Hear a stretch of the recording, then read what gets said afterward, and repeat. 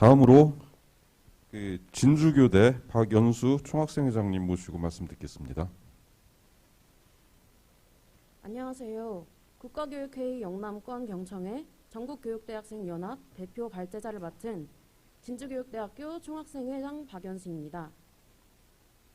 수도권 경청회에서 교사대 통폐합을 통해 자연스럽게 다른 급 학교 교육과정과 연계할 수 있는 역량이 높아질 것이라는 발제가 있었습니다. 또한 2기 국가교육회의 백서에서는 유초등 연계를 위해서라도 통폐합이 필요하다고 이야기하고 있으며 연구자료에서 교사대 통폐합의 장점으로 이러한 점이 제시되기도 합니다. 그런데 이것이 정말 통폐합만으로 자연스럽게 이루어질까요? 다른 급의 학교 교육과정에 대한 이해와 연계성이 필요하다고 할지라도 통폐합과 입직의 유연화가 해결책으로 제시되어야 할 것은 아닙니다. 통폐합을 하면 자연스럽게 이러한 역량을 갖추게 될 것이라는 이야기는 예비교사에게 그 책임을 전가하는 것과 같습니다. 통폐합을 했음에도 연계성이 높아지지 않으면 그 후에는 예비교사가 복수 전공을 하지 않아서 그런다, 혹은 예비교사가 역량이 부족해서 그렇다 라고 말할 것인지 묻고 싶습니다. 또한 이 문제는 근거조차 부실합니다. 현재 교원대에서는 초등교육과와 사대 간의 복수 전공이 가능합니다. 이화여대와 제주대 초등교육과도 사범대와 같은 대학 안에 존재합니다. 그렇다면 현재 이러한 교원대, 제주대, 이화여대 초등교육과를 졸업하는 것만으로 자연스럽게 중등교육과정에 대한 높은 이해도와 연계성을 가질 수 있게 되는지 묻고 싶습니다. 정부가 이야기하는 교사대 통폐합이 어떤 방식이기에 학생 연령 발달에 대한 유기적이고 종합적인 이해 능력을 함양시킬 수 있을 것인지 이에 대한 명확한 답변이 필요할 것입니다. 우리는 이를 위해 교육대학교의 교육과정부터 변해야 함을 알 수 있습니다.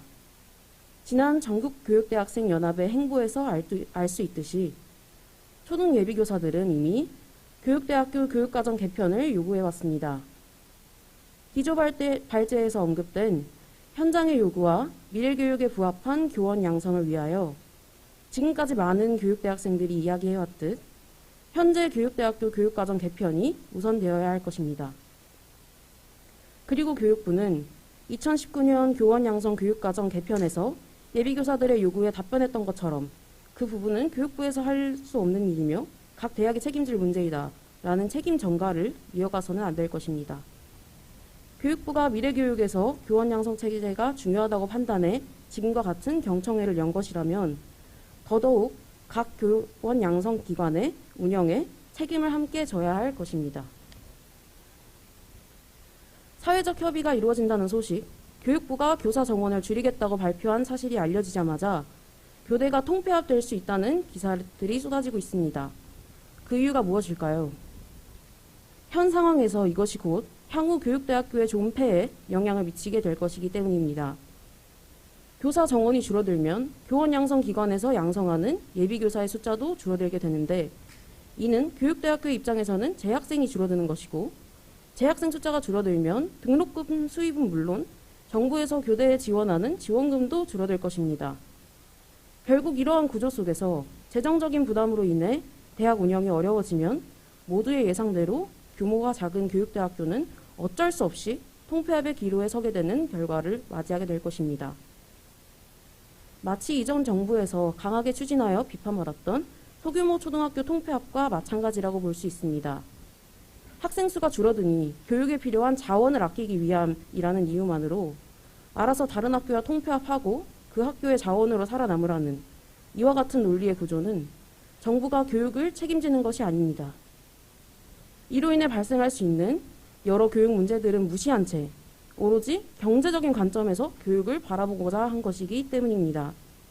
과연 이러한 결정이 진정으로 미래 교육을 위한 정부의 선택인지 의문스럽습니다. 기조 발제에서 학습자 중심 교육을 위해 교사의 역할이 중요하다 강조한 것처럼 미래 교육의 주체가 될 교원을 제대로 양성해내는 것은 대한민국의 미래 교육의 중요한 열쇠가 될 것입니다. 따라서 교원 양성 기관이 좋은 교사를 양성하기 위해 양성 인원이 몇 명이든 정부가 교원 양성 과정을 책임지고 경제적인 논리가 아닌 양질의 교육에 초점을 두어 책임감 있게 운영하는 것이 선행되어야 할 것입니다. 또한 우리 대한민국의 미래교육이 경제 논리에 의해 흔들리지 않도록 우리 모두가 관심을 기울여야 할 것입니다. 현재 초등교원 양성체계는 목적형 양성체제로 교육대학생들은 초등교원의 전문성을 기르기 위한 독립된 체제에서 양성과정을 밟고 있습니다. 목적형 양성체제의 장점을 살린다면 예비교사들은 임용 경쟁에만 매몰되는 것이 아니라 다양한 경험을 통해 세상을 보는 시야를 넓힐 수 있습니다. 또한 좋은 교육은 무엇인지, 좋은 교사는 어떤 모습이어야 하는지 등에 대한 고민을 길러갈 수 있습니다. 하지만 현재는 이러한 목적형 체제의 장점을 살리지 못한 채 예비교사들의 교사관에 대한 고민이 부족하다. 임용고시를 준비하는 4학년의 교육과정은 다소 파행적이다. 4학년 학생들이 수업에 집중하지 못한다는 비판을 받곤 합니다. 실제로 저번 수도권 경청회에서 발제했듯이 현재 예비교사들은 노량진 강사의 인터넷 강의를 들으며 공부하고 있습니다. 이러한 문제의 시작은 1990년대 임용고시 도입 이전부터 예비교사들이 예견한 상황입니다. 광주교대 89학번 이경동 열사는 다음과 같은 유서를 남기고 교육대학교에서 자결했습니다. 나라의 100년 지대개인 교육을 마음대로 하기 위하여 우수교원 확보라는 미명하에 예비교사들을 대학 교육보다는 학원으로 달려가 단지 지식만을 암기하여 지식을 팔아먹는 교사가 되게 하려 하고 있기에 제가 항의를 하는 것입니다. 교사가 지식만을 가르치는 교사로 전락했을 때 그 교사 밑에서 배우는 학생들은 어떻게 되겠습니까? 초등교사를 길러내는 교육대학이 파행적으로 운영이 될 때 초등교육뿐만 아니라 이 나라 교육은 파행적으로 흐를 수밖에 없습니다. 반드시 임용고시가 철폐되고 올바른 임용제도가 실시되어야 합니다.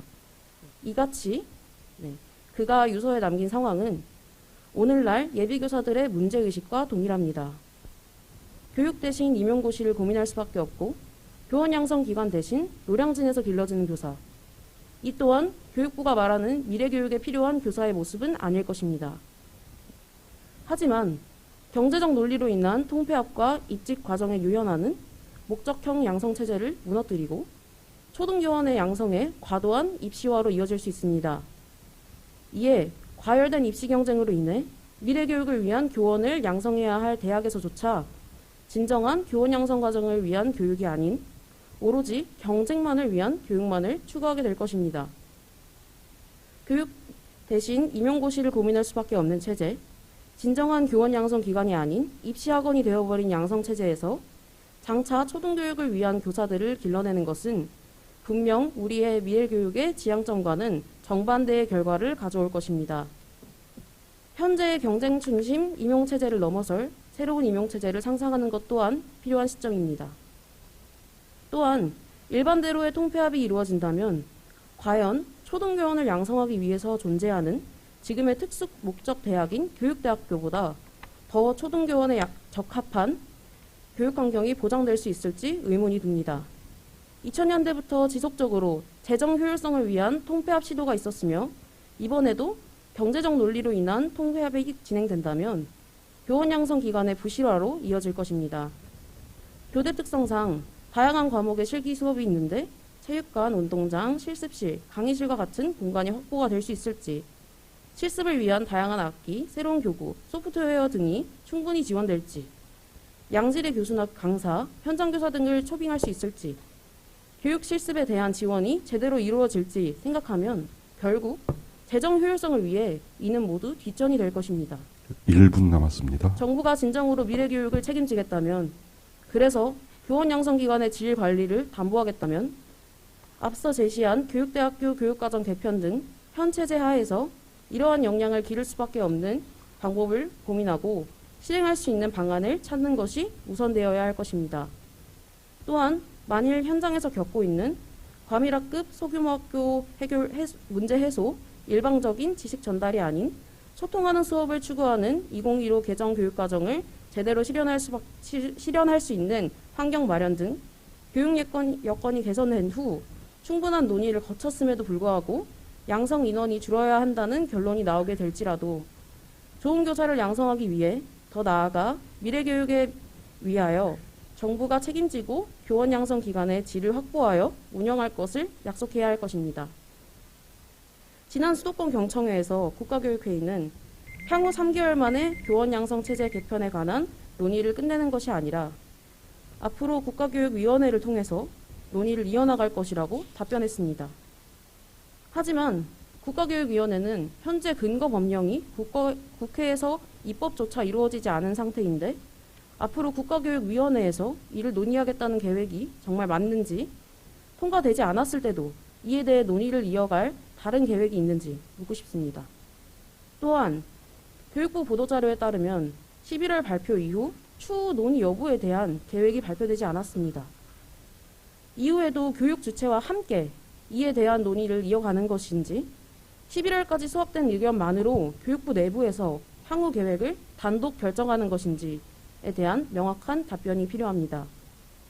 3개월이라는 짧은 기간 안에 교원 양성 체제 발전 방향에 대한 충분한 논의와 의견 수렴을 거치기 어렵다는 것에는 모두 공감하실 것입니다. 교육 주체들과 함께 당장의 3개월뿐만 아니라 더욱 장기적이고 심도 깊은 논의를 통하여 국가 100년 지대계인 교육의 미래 계획을 설정할 것이라 기대합니다. 감사합니다. 예, 수고하셨습니다.